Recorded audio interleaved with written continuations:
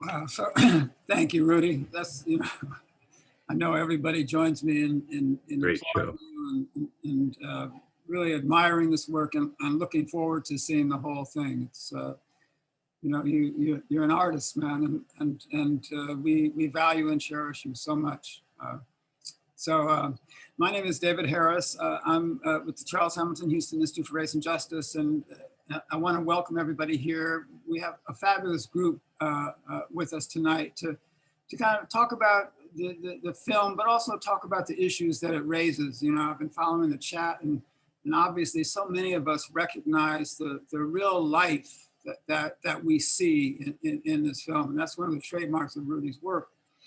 And you know, it's hard to know where to start. So I think I want to, I guess I'll do the spoiler alert now, okay?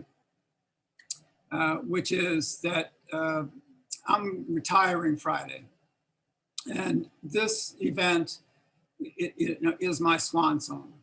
And it is something that I have looked forward to for a very long time, to be able to highlight the members of Community Conversation, Sister to Sister, and Rudy's films. And so, you know, I know you all join me in a way, this to me is a kind of celebration of the good stuff that we do and that we can do and we'll continue to do going forward. So Rudy, I'd like to start, you know, maybe if I don't know, Sarah, if you have pinned the group here in a way that maybe we could go around and just introduce ourselves, and short of that, you know, I'm wondering, you know, I don't know if all our screens are the same, so I don't know how to, but Rudy, why don't you just tell us a little bit more about the context of the film, and then we'll get a little reaction from other folks, okay? Sure, yeah, again, we, having been a person, also my co-producer, Dennis Wilson, is here, but having been someone who, when I came to the United States, would go to the Black barbershops and just be in awe of what I was experiencing. So again, that stayed with me, and in most recently, the last few years, attending Shati's barbershop and speaking to Jimmy Jett, who's a patron to that, we were talking, hey, it would be great to do a documentary about barbershops, even though there have been many films done about it. But I felt that, you know, with our team, maybe we could capture the essence of what these barbershops and salons really mean to our community. As I said, it's a neighborhood oasis. And, you know, would I be able to capture that, or be able to, you know, to be able to go to these barbershops and get them to allow us to trust us to do that. So as I said, we started a few years ago at these shops. Coach Wilson, my co-producer, frequented Oasis, so he was able to speak to them and had a relationship. And that's what filmmaking is about. You have to have relationships with people. And, you know, our company always does, you know, stories about the Black communities in Boston, who we rarely see, you know, is given a voice. So everything that we set out to do, I think we were able to capture. And even though it's Boston, I think it resonates to barbershops and salons across the United States. So it's just been a you know, incredible experience. And as I said, when COVID hit, it really took us for a loop to figure out what to do, and really concerned about our brothers and sisters. So again, barbershops, just like churches, just like community centers, serve such an incredible purpose. But these folks are self-employed, so you worry about, you know, health benefits and retirement and all those other things, which again, it's going to be entertaining, but we're going to hope to cover a lot of things. But maybe David, if we can take a moment to have, you know, each person on the panel introduce themselves, that would be terrific. Maybe we'll start with Aaron. Say Aaron? Yeah, I did. Sorry. You want me to introduce myself? Yes, yeah, if you could, please. And yes. Okay, thank you for having me. My name is Erin, and I am one of the founders of Community Conversations, where we have hosted the Community Conversations for the past 12 years. It's been 12 years. Every second Sunday of the month from 2 to 4, from September to June. Also, I am a barber and a cosmetologist and a salon owner in Cambridge. Thank you. Thank you. So who else? So Rudy, why don't you call out our next introductee? Okay, sure. Have conversation. So, Robin Reed, would you mind introducing yourself? Hi, I'm Robin Reed, and first of Think you're all, on mute. I love the film. Can you hear me? Yeah. Love the film. Beautiful work. You absolutely Yes. captured the essence of barbershops and salons.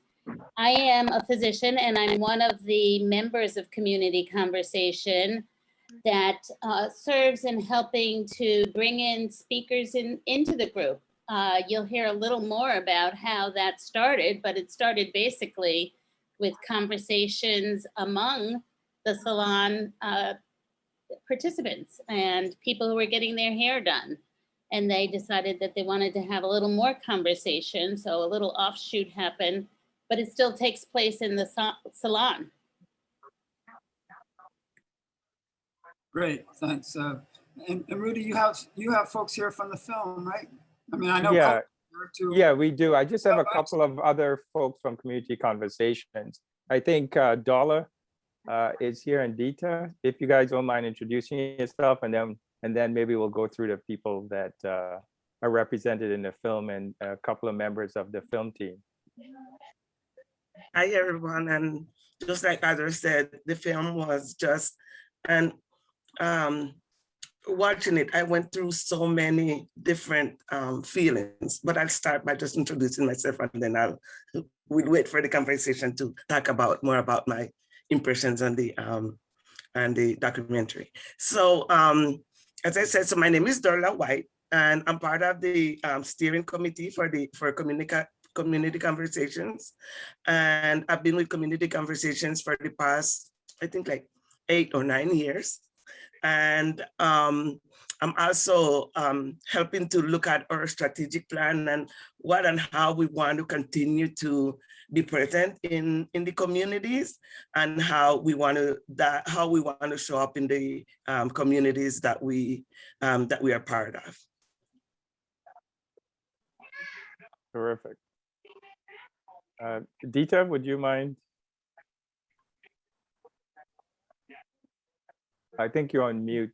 Yeah, there you go. Thank you for including me, but I'm just a participant, so Okay. we're being represented All by the 3 people who spoke already. Thank you. Don't be so modest. We all know better, but. Right. Okay, terrific. Coach, why don't we start with you? This is Coach Dennis Wilson. Everybody knows him.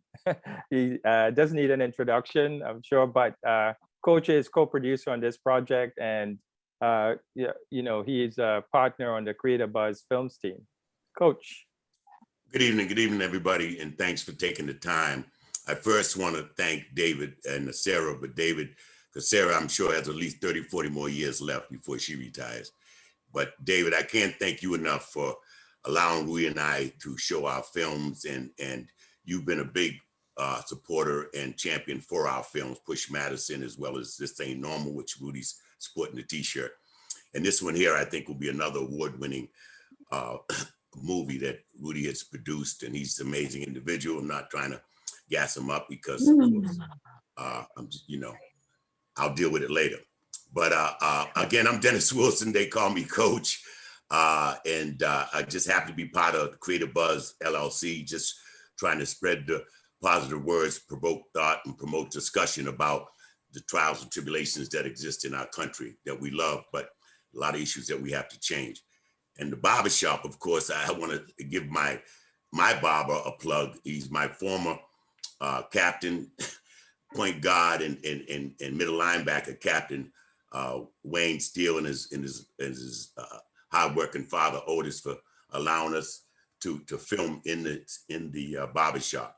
But I just think it just shows and displays in the barbershop how valuable of an instrument it is, and the lifeblood of all communities, I'm sure, whether it be Italian or Jewish or Asian or whatever, in terms of the things that go on in a barbershop and all the things that, you know, they're psychologists, they're counselors, they're motivators, they're someone to a shoulder to cry on, so to speak. But I think it's definitely going to send a positive message and get the word out.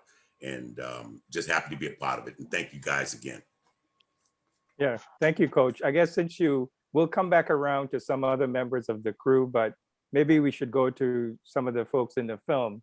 So since you intro Spencer, we'll go to Spencer, then maybe Mo, and then we'll come to you, Jimmy, and some others. So go ahead, Spencer.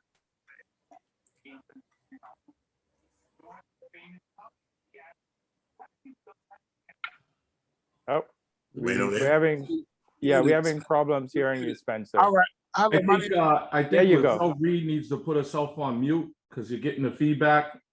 Lizella, if you could put yourself on mute. I would like to participate. I'm one of the first female barbers in Boston. Yeah, I know, but it mute until you speak, hun, because it's feedback. Never mind. Go ahead. You do your thing, hun. I'm scared No, I of you. just wanted to participate. I didn't know that this was going on. But in 1964, I graduated from the Boston Barber School downtown. And it was hard for me as a female. So I gave it up. I retired very early and went into nursing. That's all I have to say. Thank you so much for sharing that and for joining us tonight. So I guess, Spencer, are you ready, sir? Yes, sir. Can you hear me? Yes, we can. How y'all doing this evening? How y'all doing? My name is Spencer Steele. Me and my dad, we own Oasis Barbershop Hair Salon, 71 Dudley Street, Roxbury, Mass. We've been there 30 years this past March. We were like a family-oriented barbershop where you could come in with your kids and your mother, your father, you could feel safe. If you gotta leave them and run out, we even babysit your kids and do all kinds of stuff. It's a family-oriented atmosphere. And, you know, I'm blessed to be a part of it. I've been doing it for 26 years alongside my dad. So we've been doing it for a while. My dad been doing it for 50 years. So over 50 years. So we're just trying to keep the doors open and stay COVID-free. And, you know, and I want everybody to stay safe and blessed out here. And yeah, thank you, Spencer. And again, incredible that you're allowing us to come into your shop and do this. You and Latashi, who is in the hair salon just next to you. I guess she wasn't able to make it tonight. Yeah. But thank you. It's incredible the access that we have. Mo, would you like to introduce yourself, and then Jimmy?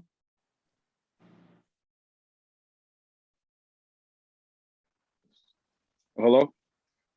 Hi, Yep. everybody. My name is Maurice Shadow. My own Shadow's Barbershop in Stoughton. I've been cutting hair for about 20 years. Went to New England Hair Academy with Aaron. Yes, yeah, way back. But I picked it out.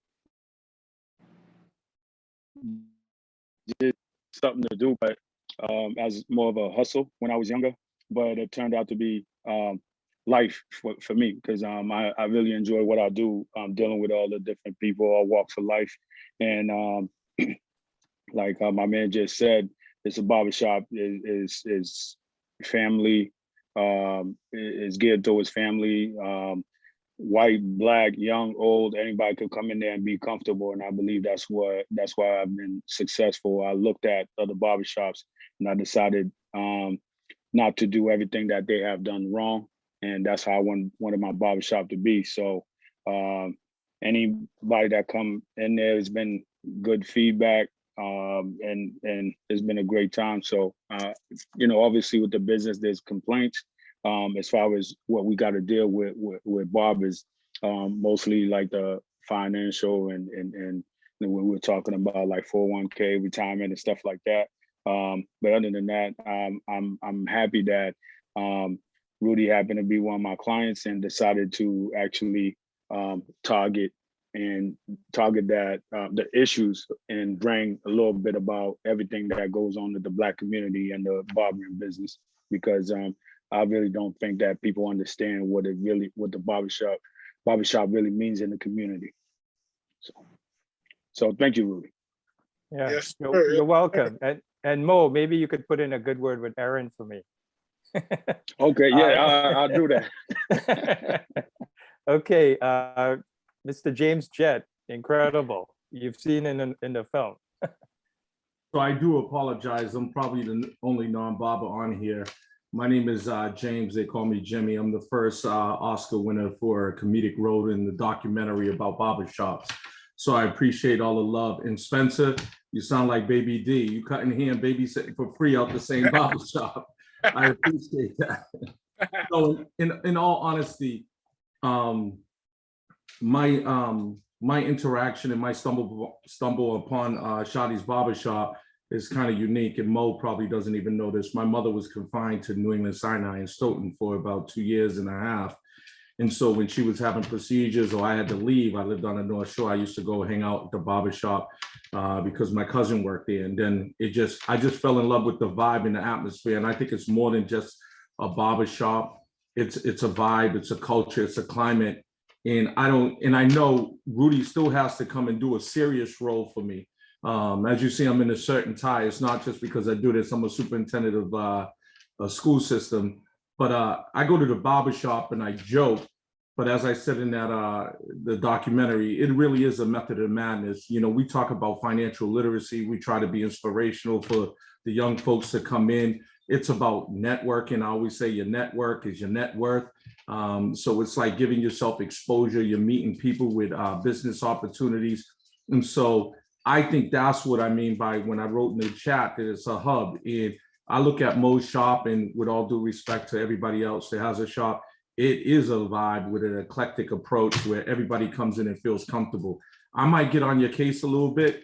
You know, they call me the fat, funny guy. I'm not fat anymore.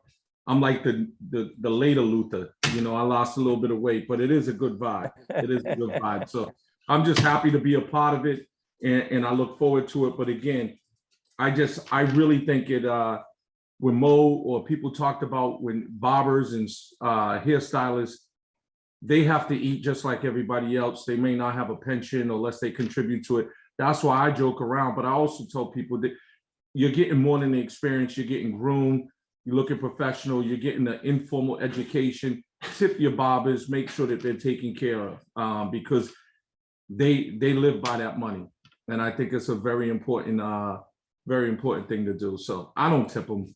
The only tip I do is say, do a good job on my cut. So that's it. Thank you, guys. Yeah, thank you, Jimmy. And I have to say, you saw the individual story of Mo outside of the shop.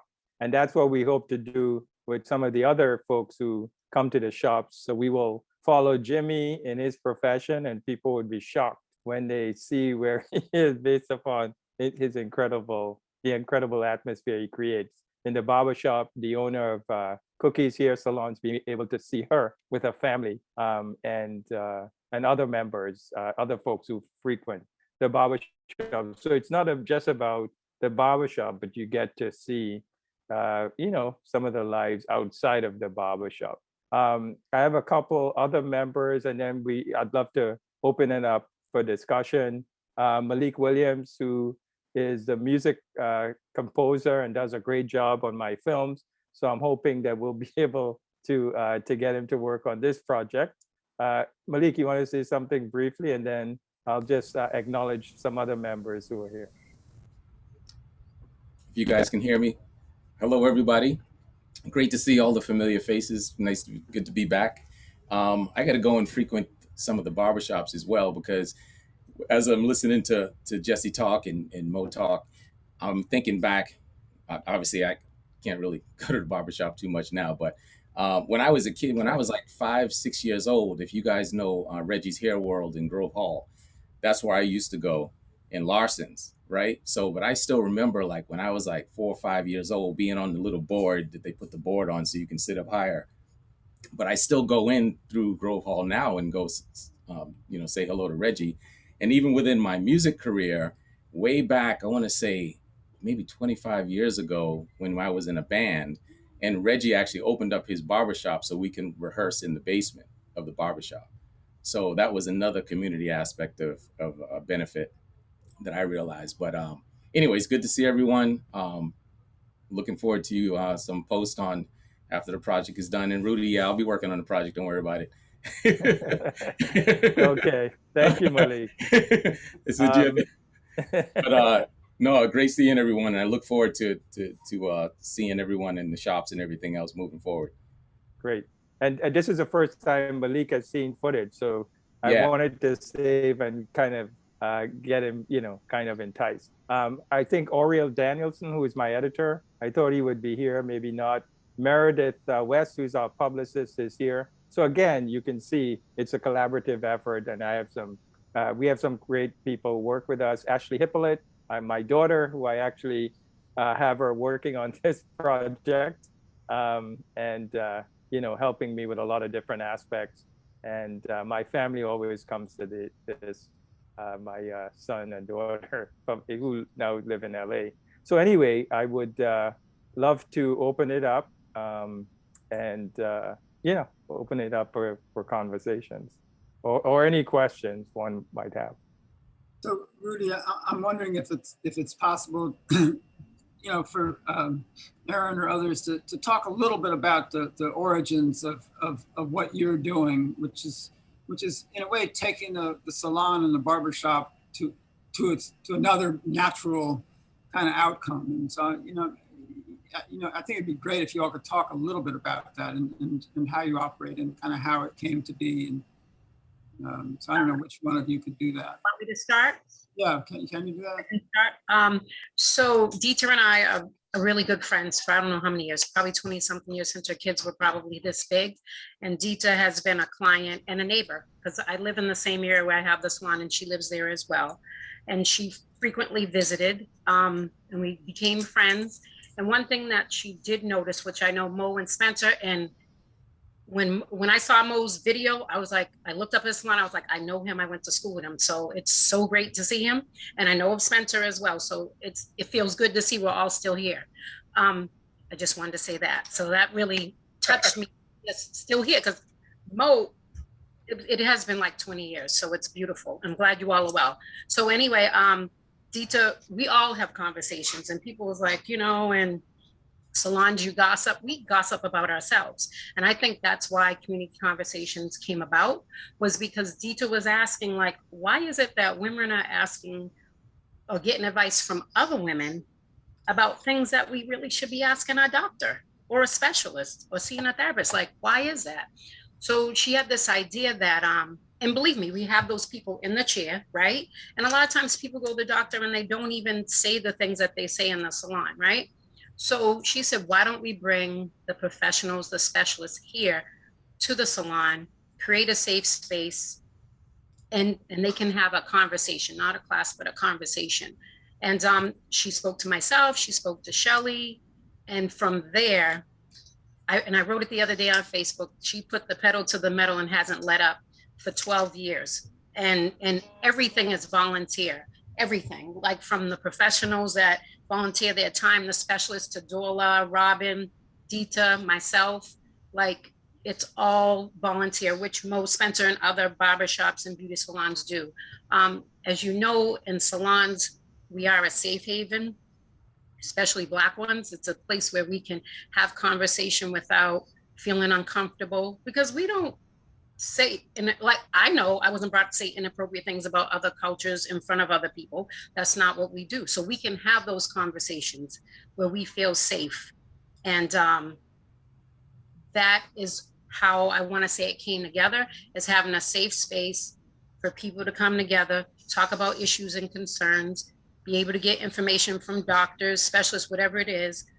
And it's conversation, so you learn and you don't feel intimidated by the information you're getting or the question that you're asking. So like I said, it's been every second Sunday Ladies, you can jump in anytime, every second Sunday from September to June, and then they take a break. Dita's pulled together a steering committee, like all these different committees. We have awesome snacks. There's literature handed out. You could find yourself a new doctor, new therapist, new nutritionist, new foot, whatever it may be. Because barbers and barbershops are a plethora of what goes on in the world. We get everyone. We get everyone. There's spiritual things going. There's just so many things. Like, we're more than just what we do. I feel like, and Mo and Spencer can attest to this, like, probably, I love the way I make people feel. To me, anyone can do hair. And a lot of people can do it well. Not everybody can do it well. But I enjoy how I make people feel more than doing their hair. Doing the hair is the outcome. Everybody who comes into the salon is visiting me, and we're having a great time while I make them feel good, and they're paying me for it. That's how I feel. So that's two things. Community conversation is a place to come and get information, ask questions you normally probably wouldn't ask because you may feel threatened, or like the doctor's gonna be like, why are you asking that? This is my profession. You can come, and a lot of the professionals or the specialists or the women who volunteer are Black women. They share their own experience, so it's safe. Nobody, you could take that information and share it, but you can't share like who said it and anything personal. So I think that probably happens in a lot of salons and barbershops. Dita and her idea and the space, and Dorla, Robin, Shelley have taken it to another level. And you could tell it's within them because it's volunteer, you know, and that's what we do in our profession. We give. Yeah, I always say, we're the best non-licensed psychiatrists in the world. We could probably do this job with licensed psychiatrists, because we hear so many stories.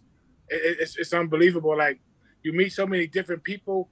It's like I think barbers, we evolve into probably 100 personalities, to tell you the truth, because we meet so many people and so many stories. It's amazing. It's amazing. It's incredible, man. You know what I'm saying? It's something that you gotta love to do, though. It ain't no. You just don't wake up and say, I'm gonna do this. You gotta want to do it and love to do it. Because there is some downtime, and that downtime you gotta be able to hustle and have you a side hustle, because it can get slow. Yeah, and that's why I feel, Spencer, that there needs to be, some way that patrons, the city, the government has to be able to support these establishments in some way to keep them going. That's why I was so concerned about COVID and who's going to get hit the hardest. Because if we lose these shops and salons, which I said is so important to our community in so many ways, I don't know what happens. It'll be a real loss. So I'm just happy that somehow you guys have survived and you're continuing. And I hope there isn't a drastic change in the atmosphere because of COVID and now safety concerns and everything. So it'll be a while to get back to any sense of normalcy.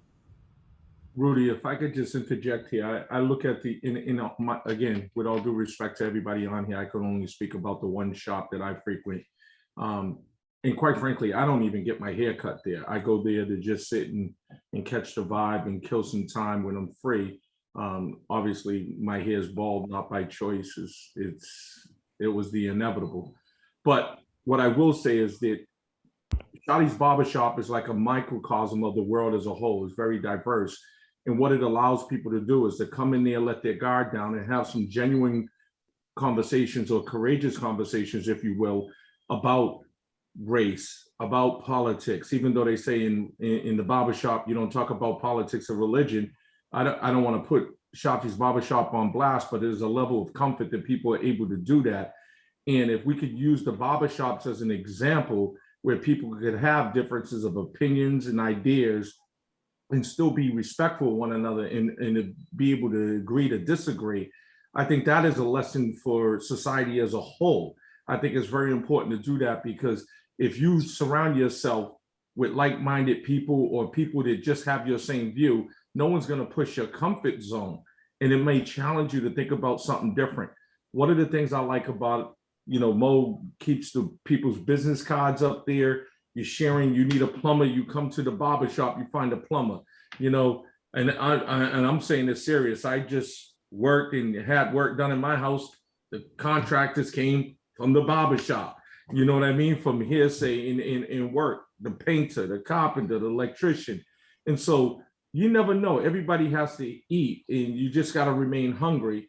But I think the biggest thing that I see that hurts the barbershop during the COVID is that lingering around to the point where people can engage in those conversations, because now it was appointment only. You couldn't sit in there. And so we talk about the money loss, but we also talk about the growth loss, because when you're sitting in the barbershop in that network, you're exposing yourself to people that might be able to help a mission, idea, or something you want to do.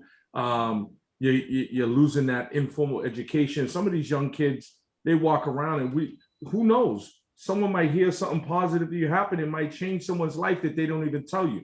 And Rudy, you know this, as a superintendent, former principal of a high school, I've taken some of those people in their profession, particularly people of color, and had them come into my high school or come into the district. I just had the McCourty brothers that Rudy was a part of, had them come and speak to some of our students, because they need to see that.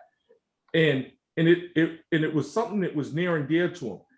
Oftentimes we look at these lofty people, these entertainers, these athletes that we may never meet.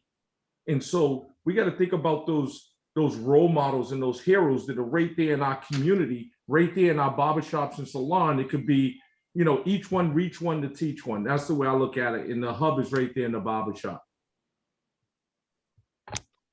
Can I speak to COVID? Thank you.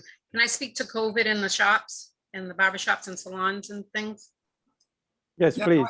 Okay. Okay, I didn't know if I was getting out of pocket, and stop me when you need to.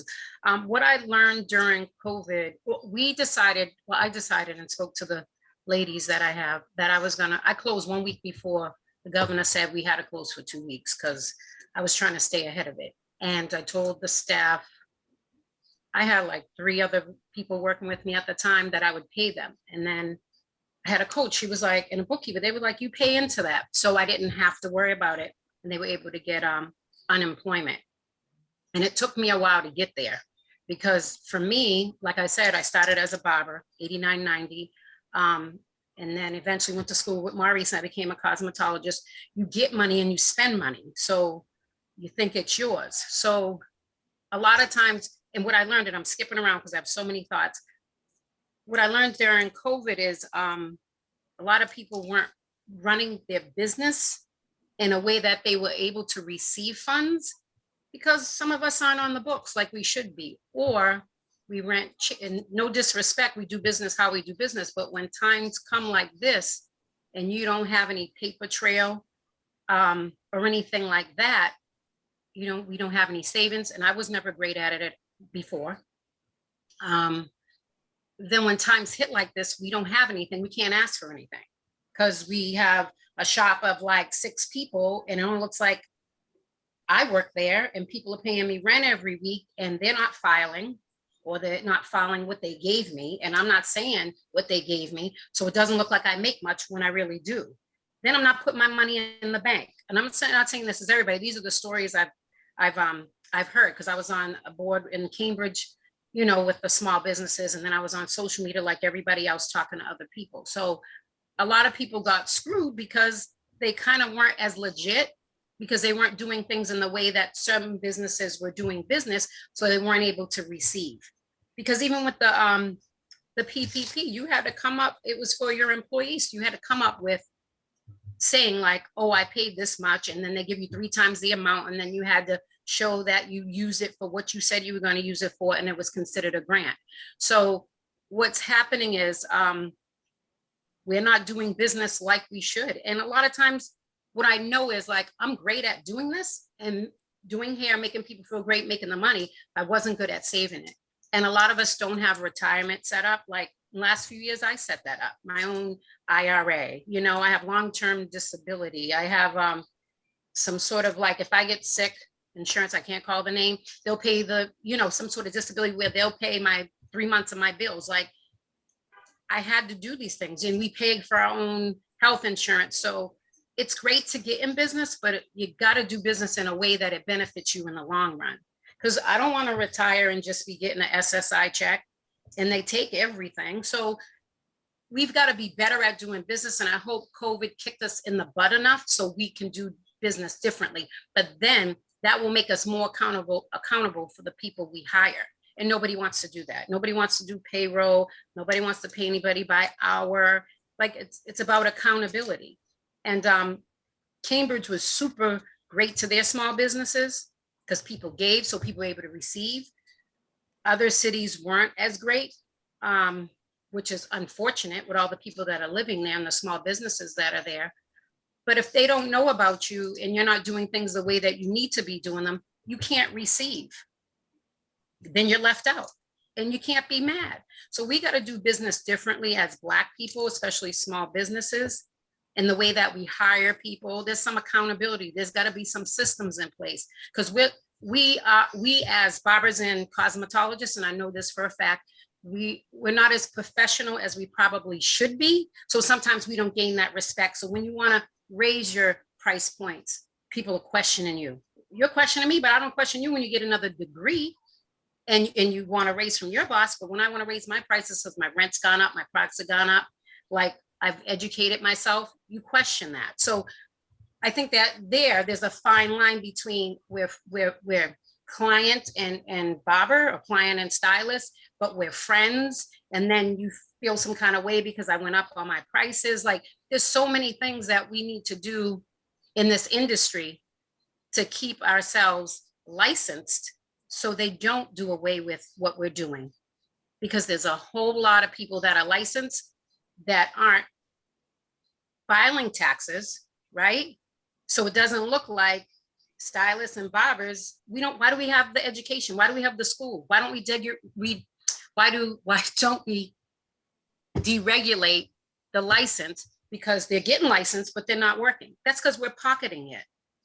You know, and I know this because I'm on the board of cosmetologists and barbers, and I'm there and I'm fighting for the barbers and the cosmetologists making decisions. You know, we got to do things better because they're about to do away with barbers and cosmetologists in due time. So if we want to still be a safe haven for our community, we got to do something different. We got to do business differently, and we got to have systems in place, and we have to have respect for the profession and for ourselves, and build some longevity so we can retire. You know, we got to come together. There's enough clients for everyone. Like, there's enough money for everyone. When we're busy, if we can't do certain services because we don't do everything, I send them to someone else. I'd be like, I would go there, here's where you should go. One thing, all money ain't good money. But the other thing is, sometimes I can't provide a service that you need. Let me bless my brother or my sister or whomever with that, you know, and they'll send it back, hopefully. There's enough. Yeah. So, and we got to stay connected. Yeah. So that's it. I went around. It's what it is. And I wanted to add that everybody needs to support barbers and cosmetologists and salons, because they're also, what we miss is they're also part of our mental health. They're part of our therapy. You know, we go there and talk, but even just sitting there and having somebody attend to you and help you with your appearance makes you feel better. And what we learned from COVID was not having that caused a lot of people to feel isolated and not good about themselves and become depressed. And with community conversations, we were able to take that conversation online in Zoom. But I think everybody really underestimates the role that salons and barbershops play, and the conversations that we're having. All of the social issues affect your health. So we need to be having those conversations, whether it's about guns or whether it's about sex or whether it's about cancer. We need to be having those conversations where we feel safe and where we can let our hair down, right? I'll piggyback off that and put my customer hat on. you said something very real, Ms. Reed. The socializations and socializing that goes on at a barbershop.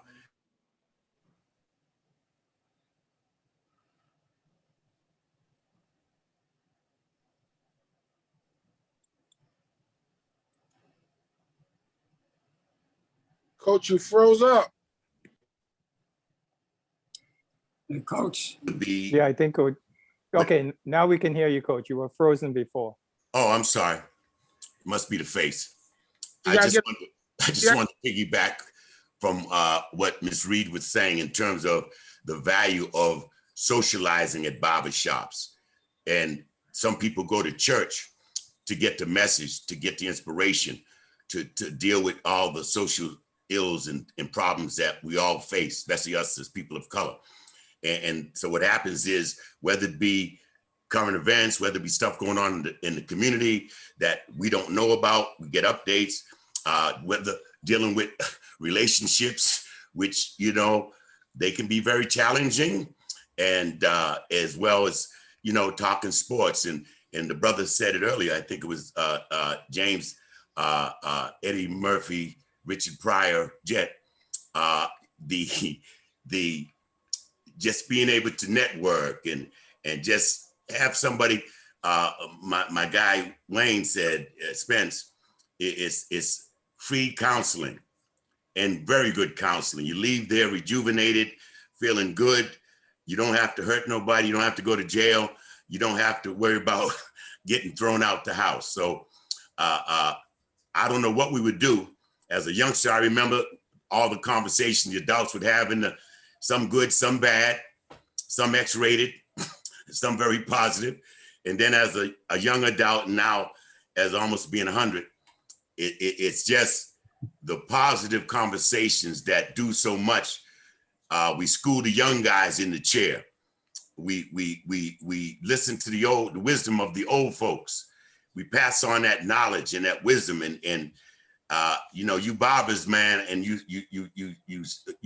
beauticians, you guys, like you said, you like teachers, underpaid, underappreciated. Well, no, you're appreciated by us, but just not really valued like you should be, man. So I just want to say, keep doing the good things you guys are doing.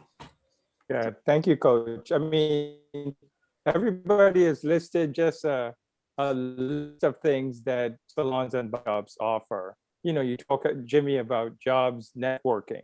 You know, you're talking about, you know, Robin, mental health counseling. You're talking about after, you know, camaraderie. Talk about different issues, you know. And again, as a community, everyone doesn't think the same. So you get to see the, you know, diverse, you know, feelings about things, very nuanced sometimes. So I think, fortunately, I think a lot of those things we were able to capture. And yeah, I just agree with each of you about how much barbershops bring to the fore. And it's really a no judgment zone. You have everybody, you know, from the surgeon and the doctors, the lawyers, to you know, the mothers and the folks who may be having substance abuse issues and so on. So just, and it's a no judgment zone. Everybody looks out for each other.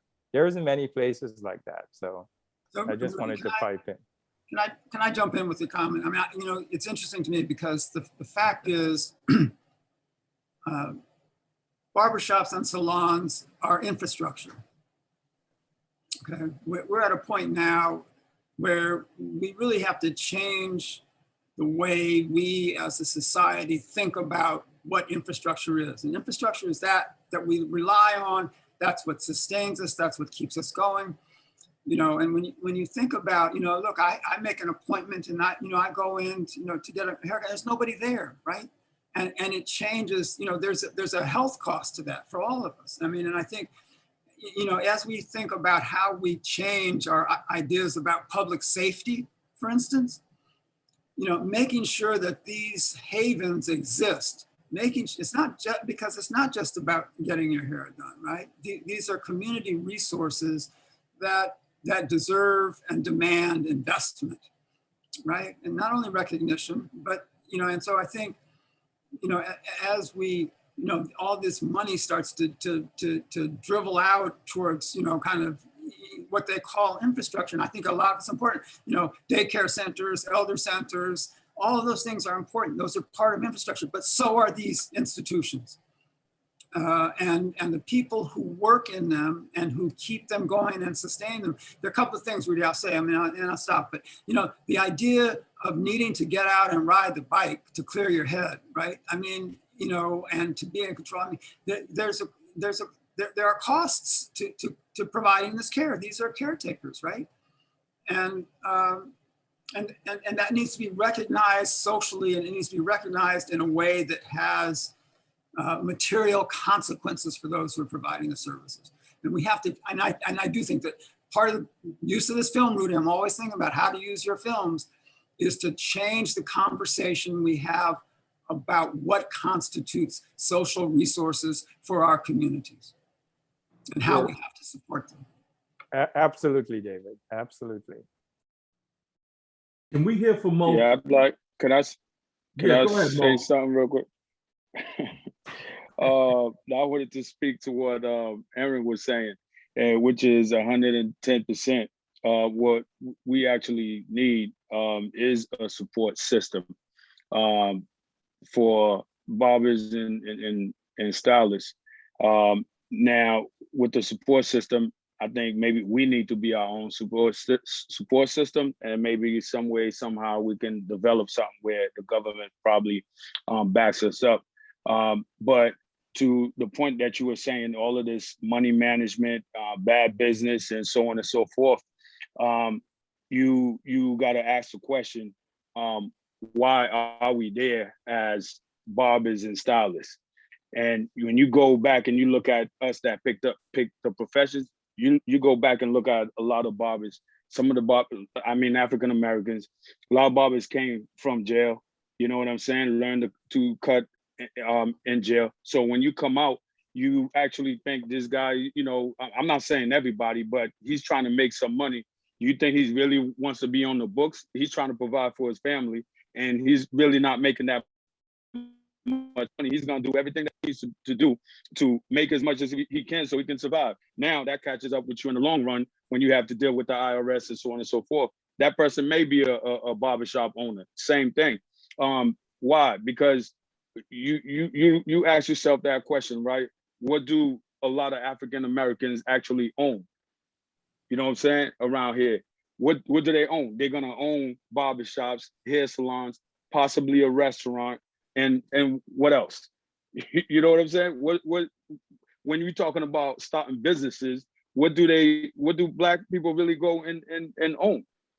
You see what I'm saying? So it is a hustle, but it's not because that, that's all we can do. We do other stuff, but if that's the business you're in, you're trying to get in and manage it and survive. But at the end of the day, it does come and bite you in the butt. So I think it's up to us to go back and look at all these barbershops and all these owners and show them that we actually can do better. You know what I'm saying? Originally, when I started cutting hair, I had to have another job because I thought that I needed that, because I actually didn't believe that the barbershop could carry myself and my family, and after I gave a company 20 years and they said, hey, you know what, Mo, we're done with you, you laid off, I had to pull up my pants and say, hey, I'm gonna make this work because I know barbering.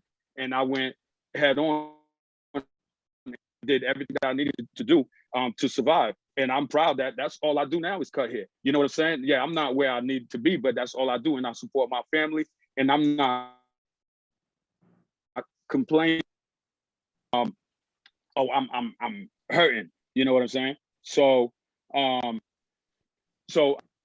to say you have a lot of other barbers that they're not fortunate, but because they from the hood and they're in the Black community and so on and so forth, they don't really know how to balance the business. I remember after COVID, somebody told me, oh yeah, I know a barber that he basically shut down his barbershop and so on and so forth. And I'm like, man, that's kind of tough, man, because COVID's happening, everybody's gonna need a haircut, so everybody's gonna come rushing to the barbershop. There's no reason that you should be shutting down your barbershop. And I started looking at myself and I'm like, man, if you didn't pay off so many bills right before COVID hit, you could have been in the same situation.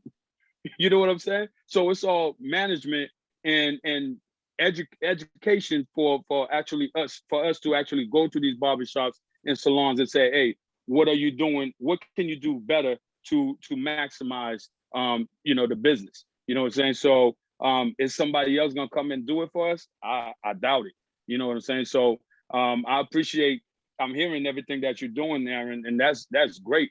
That you're doing all that stuff. Me personally, I've just been working and busy. I think about these things. These are thoughts that we talk about in the barbershop, but to see somebody actually doing it in the community, I applaud you, because what we need is us for us to come together and put our minds together and make sure barbers and hair and stylists are able to survive and flourish in that type of business. Can I speak to you, Mo? Can I share? Sure. I'm honest. Everything I've made. Terrific. I mean, there's a lot of activity in the chat, which is great. But Dola, do you have anything that you would like to add to the conversation? I don't know if you were gonna let Erin answer and then I could go. That's fine. I'm sorry. Yeah. Okay. Oh, I was gonna say to Mo, like, I've been there. So this is like something I did I have the business like 19 years. So I want to say the majority, 75% of those years that I did spent it, laid on everything, doing nonsense. And we get those people in our chair that are that do those type of things, like Jimmy was saying, or Spencer, or you were saying, we get all these people in our chair so we can get people who want to help us to get things done in a way that we need to do them. People are always willing to help us. And I still struggle with my bookkeeper. We bump heads all the time because I still think I can spend what I don't have. But she was like, you're going to be retired. I'm 51. So retirement is coming, and I want to have something. So I had to figure it out. Like you got family, a wife, kid, whatever it may be, but we got to do it differently. And I did it because I was talking about it, right? Or someone mentioned it to me and it came through my clients. So we have the people there. We just need to take advantage of them. And it's hard. It's hard to manage a business and manage myself and manage other. It's hard. So we need to get it together. We need to get it before it gets us. So I'm only speaking because, okay, I'm here now. I'm doing a little bit of it, a good amount of it, but we can come together and talk, or I could bring who I have to put us on the path of let's be set up for retirement, right? Because my shoulder's messing with me. Things are going to start changing for us. Hopefully not, but we got to get ourselves in a place that we're better, So just like if you knew something, you would share it with me because we've known each other for so long, right? Spencer, we need to share it. And it's hard. I'm not going to lie. I ain't always been great. It's just what it is. Our money flows like this, comes and goes, right? So yeah, we need to help each other with what we do know. So we can be here for a while and leave a legacy. That's what I would love to do. Except for my kid doesn't want to do hair, but yes.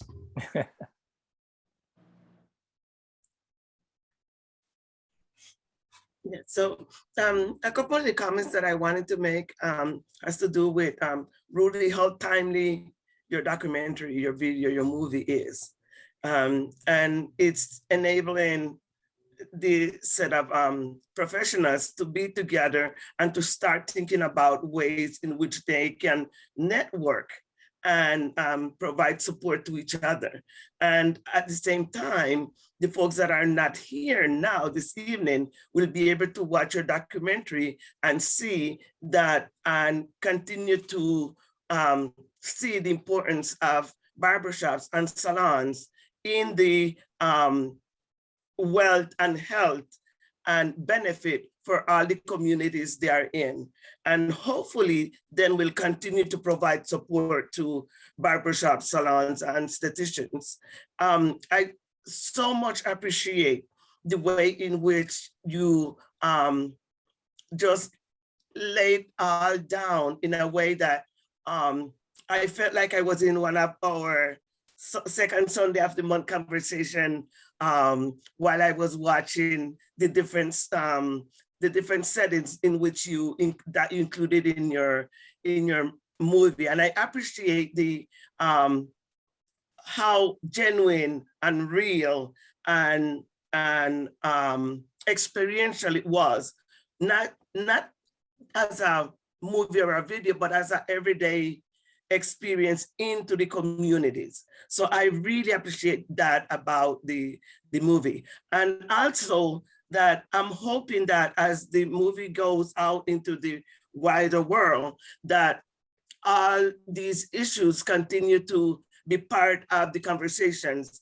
that are happening in the different barbershops and salons, and that support continues to be there so that they don't have to close shop like so many have had to do, because not only because of the pandemic, but also because of all the already existing social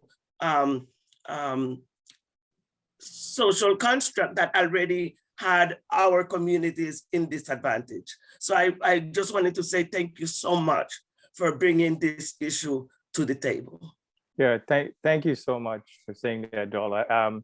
This discussion is so encouraging because that's what, as a filmmaker, because I feel privileged to be able to tell our stories and folks trust me enough to be able to do that. And so I'm hoping that once the film is done, which we hope to complete by the end of this year, and it goes out, that we are able to have this type of discussion. So folks don't just come and they see the film and they say, oh, I'm entertained, that's good, but they do something about it. Because I think, some of us, even as patrons or as a society, we do not value, these shops or salons for what they give our community.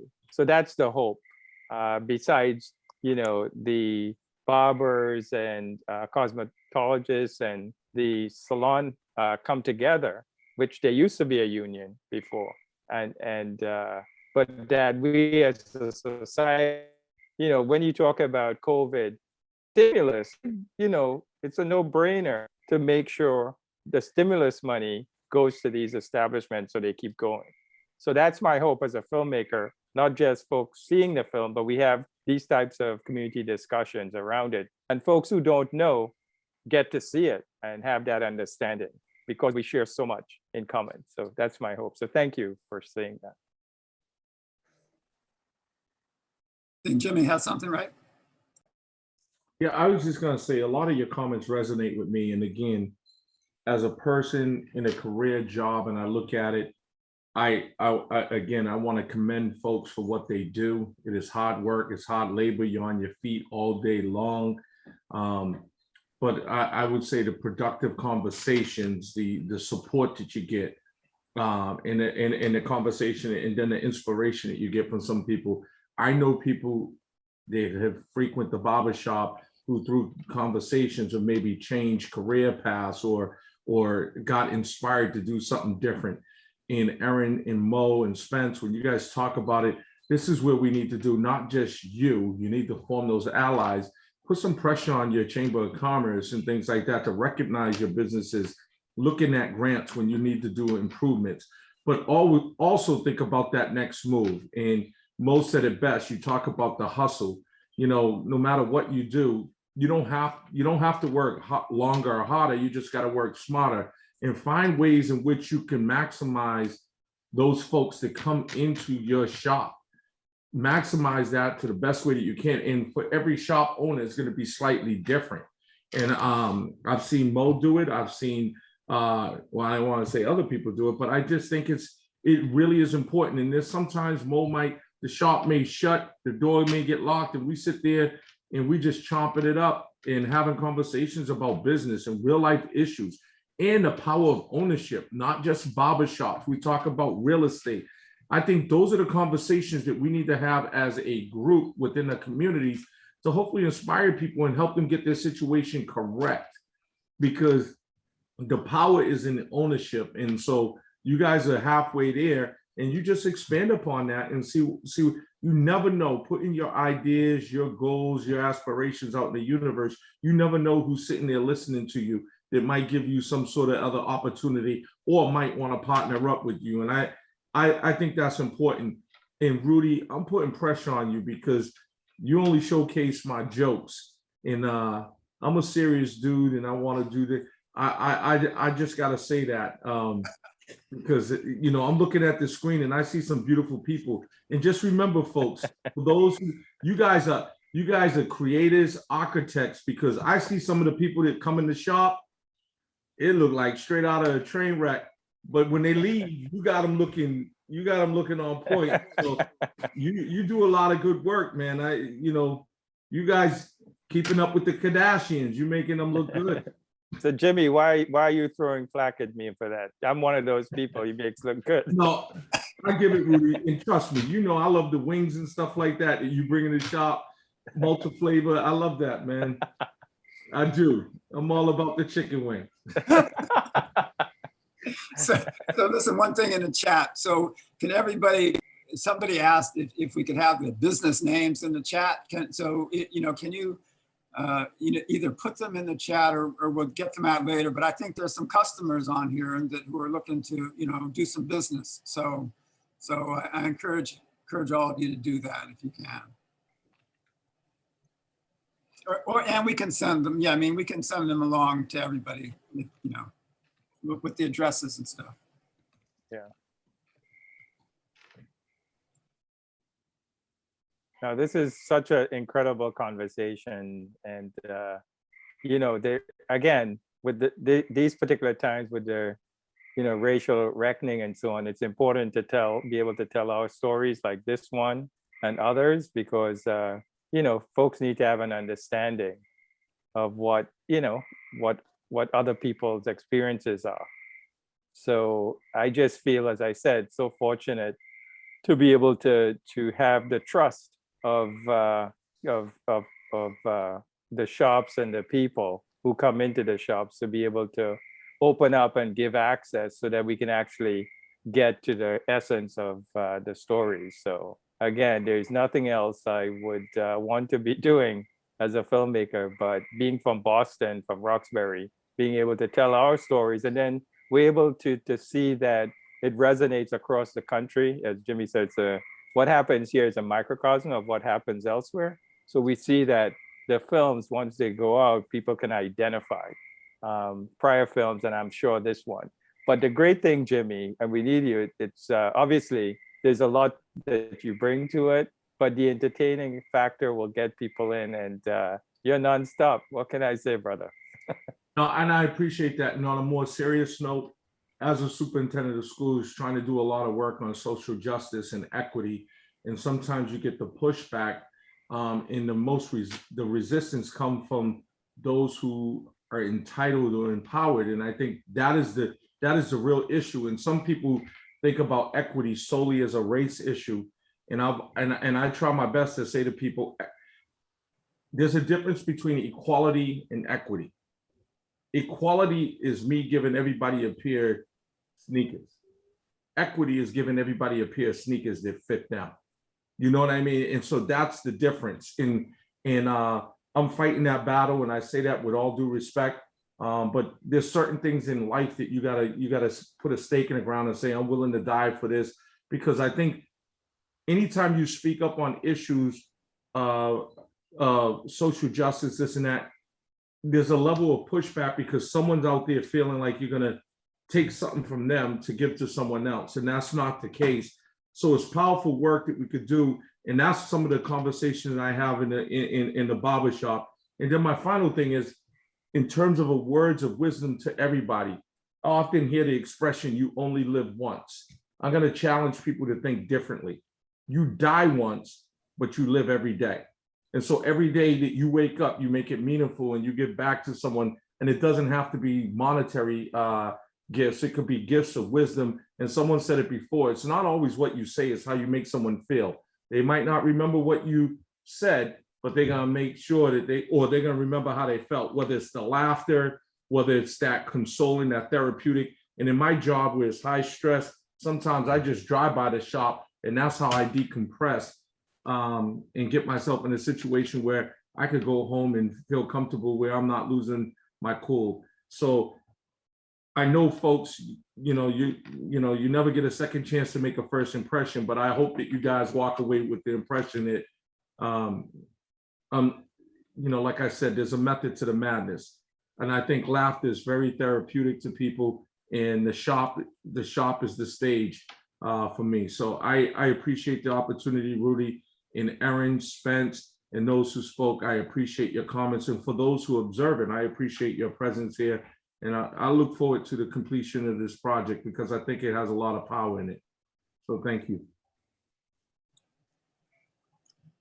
So Rudy, I think that could be, I mean, that says it all, right? You know? No, David, I gotta say one more thing. I'm looking at my screen and I just want Mo to lick his lips.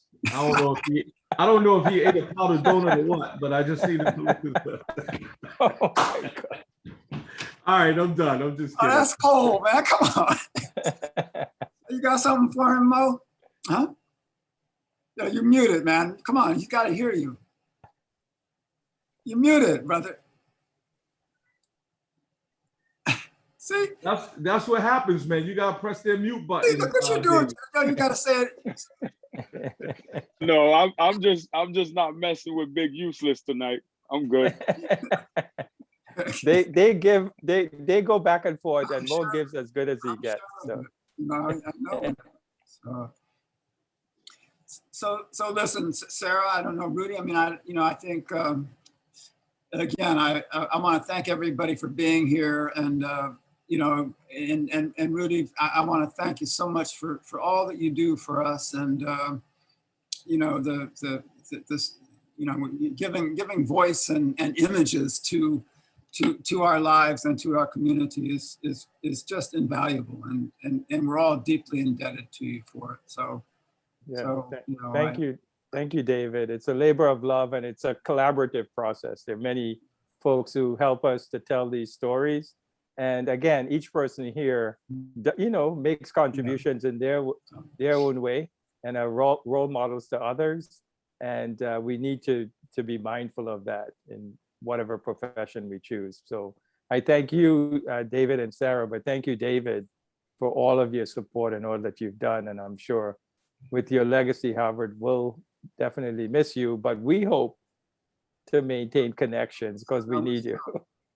Hey, Rudy, we're gonna put him on our team. We got work to do. I'm like I love that, Coach. That's a great idea. David, behind the camera now.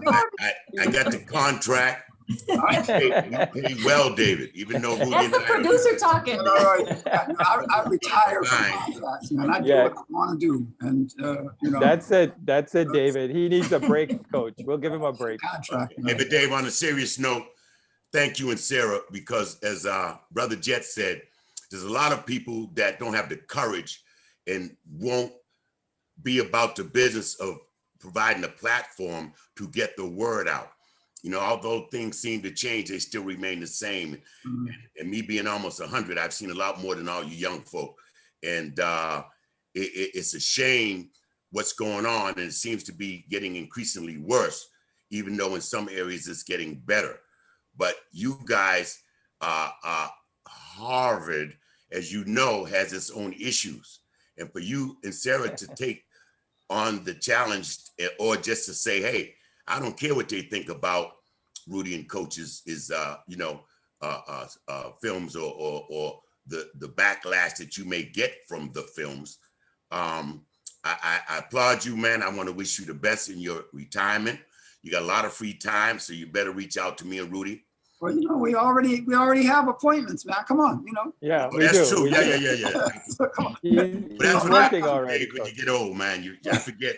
I go up and down the stairs 3 or 4 times. You play that card too much, Coach. Come on, man. That's let's stop with that. But yeah, definitely. Thank you, everyone who participated tonight, and hopefully, once the film is done, we can also continue and go on the road and have these kind of conversations with other people. Would definitely be my hope. But appreciate all of you. I mean, that's the exciting part, is that the film's still in production. So there's still this opportunity to keep adding to it, to be in conversation with each other, and to meet again when we screen the final product. So thank you. Great. Rudy, I just asked that you Photoshop because I lost a little bit of weight since that footage. I think you guys can see it in my face. You know, I'm looking like the Clumps and Eddie Murphy at the same. No, more like it requires too much. It requires too much CG. It's too expensive. Sorry. Thanks, everybody. All right, everyone. You know, Sister, thank you. stay safe, stay blessed. Yeah. I'll see you tomorrow, Wayne. I need a cut. All right. Be positive and test negative. There you go. I took my shots, man. Moderna. Hey, take care, everybody. Be safe. All right. Much Have love, a good everybody. evening. Have a good Thanks, night. everybody. Thank you. Bye-bye.